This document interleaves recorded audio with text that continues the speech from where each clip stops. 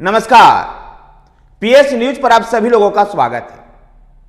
Bharatiya Janata party, Telugu Desam party और जनसेना की गठबंधन आंध्र प्रदेश विधानसभा की 160 सीटें जीतने में सफल हुई। ऐसा दावा तेलुगु देशम पार्टी के नेता चंद्रबाबू नायडू ने किया है। चंद्रबाबू नायडू ने सोशल मीडिया साइट एक्स पर पोस्ट डालते हुए लिखा है कि ये जो गठबंधन है, ये गठबंधन आगामी विधानसभा चुनाव में जो लोकसभा चुनाव के साथ साथ हो रहा है, वहां पर ये गठबंधन 160 सीटें जीतने में सफल होगा, क्योंकि राज्य की जनता वाईएसआरसीपी की सरकार से परेशान है।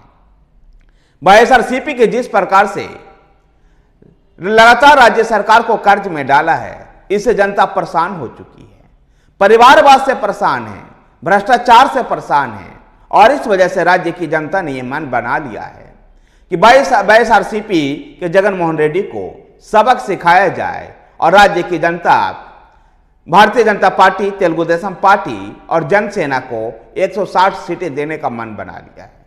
गौरतलब है कि ना नुक्कड़ के बाद भारतीय जनता पार्टी ने भी पवन कल्याण की जनसेना और चंद्रबाबू नायडू के तेलुगु देशम पार्टी के साथ समझौता किया है।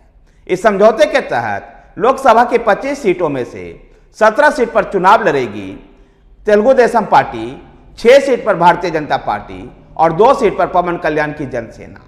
जबकि राज्य की विधानसभा के 175 सीटों में से 144 सीट पर चुनाव लड़ेगी चंद्रबाबू नायडू की तेलुगु देशम पार्टी और 21 सीटों पर पवन कल्याण की जनसेना, और जबकि 10 सीट पर भारतीय जनता पार्टी चुनाव लड़ेगी।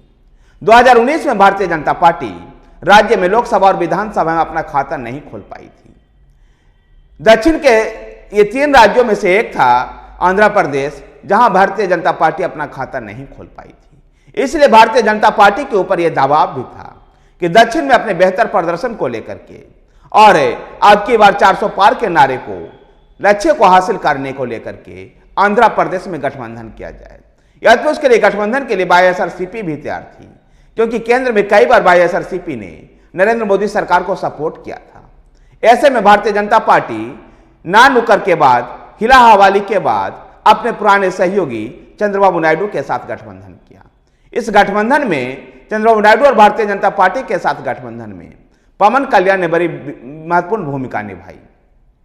देखना दिलचस्प होगा कि यह गठबंधन आखिर आंध्र प्रदेश में क्या गुल खिला पाता है। आपको बता दें कि यह गठबंधन जो तेलुगु देशम पार्टी और भारतीय जनता पार्टी का गठबंधन था, यह बहुत पुराना रहा है, लेकिन 2018 में राज्य के विशेष दर्जा की मांग को लेकर के तेलुगु देशम पार्टी ने भारतीय जनता पार्टी के साथ गठबंधन तोड़ लिया था।